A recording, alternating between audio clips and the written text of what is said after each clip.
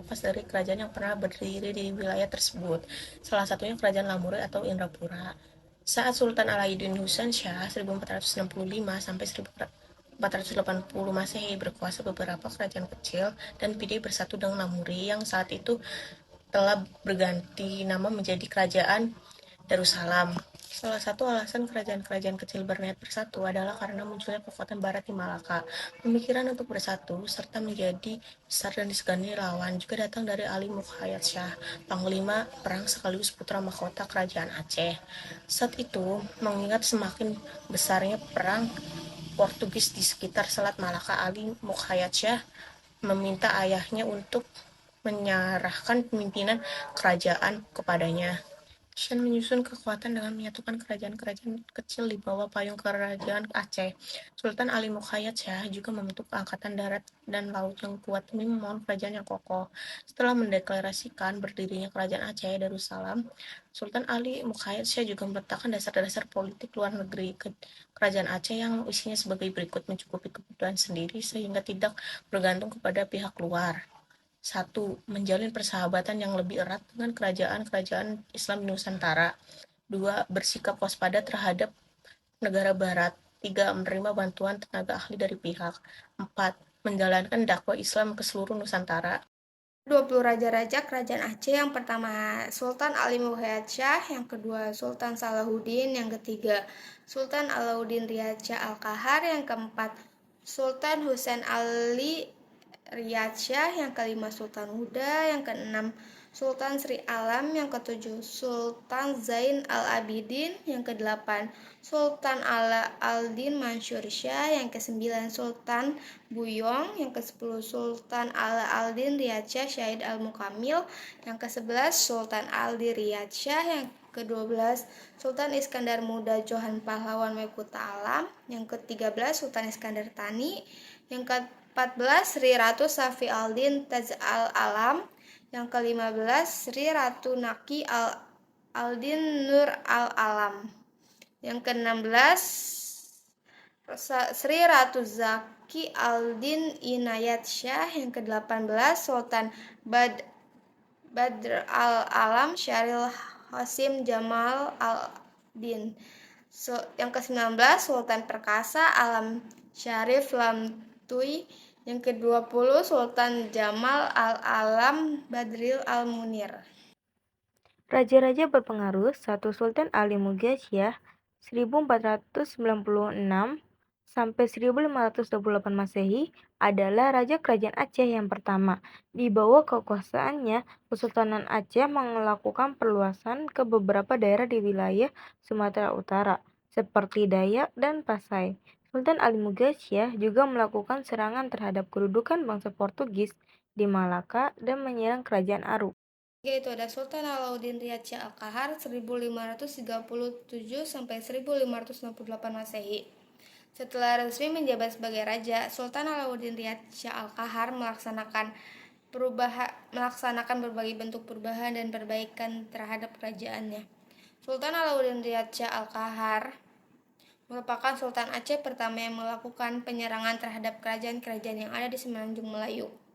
Kesultanan Aceh juga melakukan perluasan ke wilayah pantai timur Sumatera hingga berhasil menduduki daerah Kerajaan Aru, kemudian mengarahkan pasukannya ke daerah pedalaman Batak yang saat itu didominasi oleh pemeluk agama Hindu. Meskipun Sultan Alauddin Riyad Shah Al-Qahar sebenarnya tidak berhasil secara militer melawan Portugis di Melaka, pemerintahannya berhasil membuat nama Aceh menjadi sangat disegani.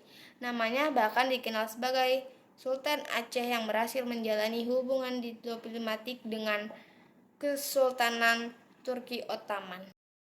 Sultan Iskandar Muda 1607 sampai 1636 Masehi. Setelah pemerintahan Sultan Alauddin Riyad Shah Al-Qahar, kerajaan Aceh mengalami masa suram dalam waktu yang lama. Pemberontakan dan perebutan kekuasaan sering terjadi. Barulah Sultan Iskandar Muda naik tahta. Sultanan Aceh mengalami perkembangan pesat hingga mencapai puncak kejayaannya di bawah pemerintah Sultan Iskandar Muda. Kerajaan Aceh tumbuh menjadi kerajaan besar dan berkuasa atas perdagangan Islam, bahkan menjadi bandar transit yang menghubungkan dengan pedagang Islam di barat. Sultan Iskandar Muda juga meneruskan perjuangan Aceh dengan menyerang Portugis dan kerajaan Johor di semenanjung Malaya supaya bisa menguasai jalur perdagangan di Selat Malaka dan menguasai daerah-daerah penghasil lada.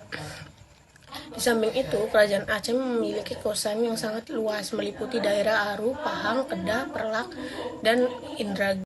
Sultan Iskandar Tani 1636 sampai 1641 Masehi.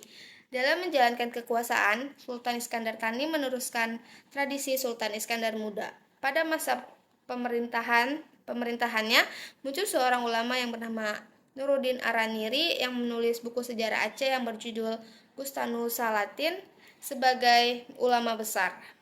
Nuruddin Araniri sangat dihormati oleh Sultan Iskandar Tani dan keluarganya serta oleh rakyat Aceh.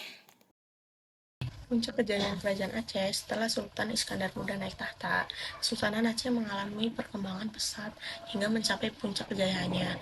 Di bawah pemerintah Sultan Iskandar Muda, kerajaan Aceh tumbuh menjadi kerajaan besar dan berkuasa atas perdagangan, bahkan menjadi bandar transit yang menghubungkan dengan perdagangan Islam di barat. Sultan Iskandar Muda meneruskan perjuangan Aceh dengan menyerang Portugis dan kerajaan Johor di semenanjung Malaya supaya bisa menguasai jalur perdagangan di Selat Malaka dan menguasai daerah-daerah penghasil lada. Di samping itu, kerajaan Aceh memiliki kekuasaan yang sangat luas meliputi daerah Aru, Pahang, Kedah, Perlak, dan Indragiri. Masa keruntuhan kerajaan Aceh. Pada 1641 atau sepeninggalnya Sultan Iskandar Tani, kerajaan Aceh mengalami kemunduran. Faktor kejatuhan kerajaan Aceh paling utama adalah adanya perebutan kekuasaan di antara para pewaris takhta. Selain itu, kekuasaan Belanda di Pulau Sumatera dan Selat Malaka semakin menguat. Pada masa pemerintahan Raja terakhir Kerajaan Aceh, Belanda terus melancarkan perang terhadap Aceh. Setelah melakukan peperangan selama 40 tahun, Kesultanan Aceh akhirnya jatuh ke pangkuan kolonial Belanda. Peninggalan Kerajaan Aceh. 1. Masjid Raya Baitur Rahman Aceh. Masjid ini adalah simbol keagungan dan keislaman Kerajaan Aceh Darussalam yang dibangun oleh Sultan Iskandar Muda pada tahun 1612. Masjid ini memiliki arsitektur yang indah dan megah dengan 7 kubah dan 8 menara. Masjid ini juga menjadi saksi bisu perjuangan rakyat Aceh melawan Belanda dan bencana tsunami pada tahun 2004. Peninggalan Kerajaan Aceh yang kedua, Taman Sari Gunungan.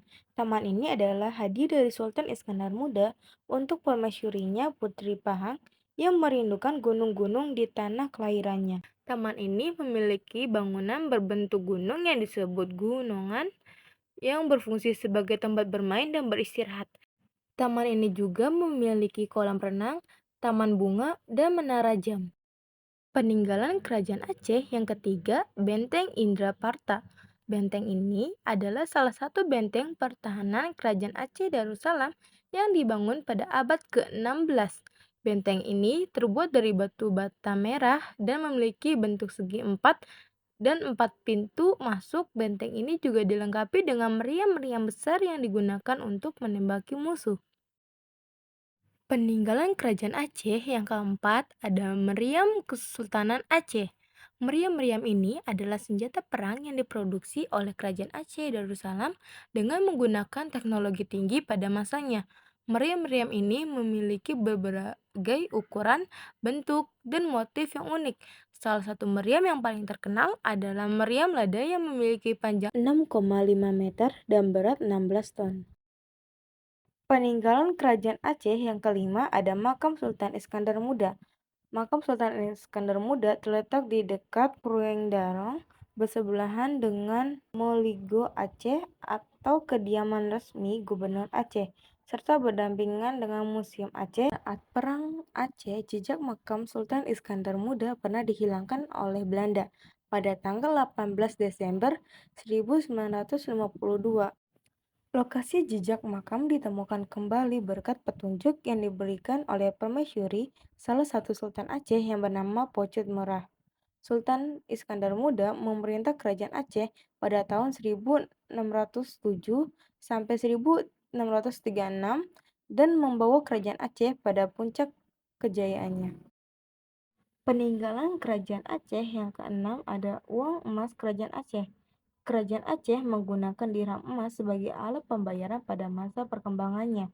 Terdapat 300 keping dirham emas dari masa Kesultanan Aceh Darussalam pernah ditemukan di Kecamatan Kutaraja, Banda Aceh.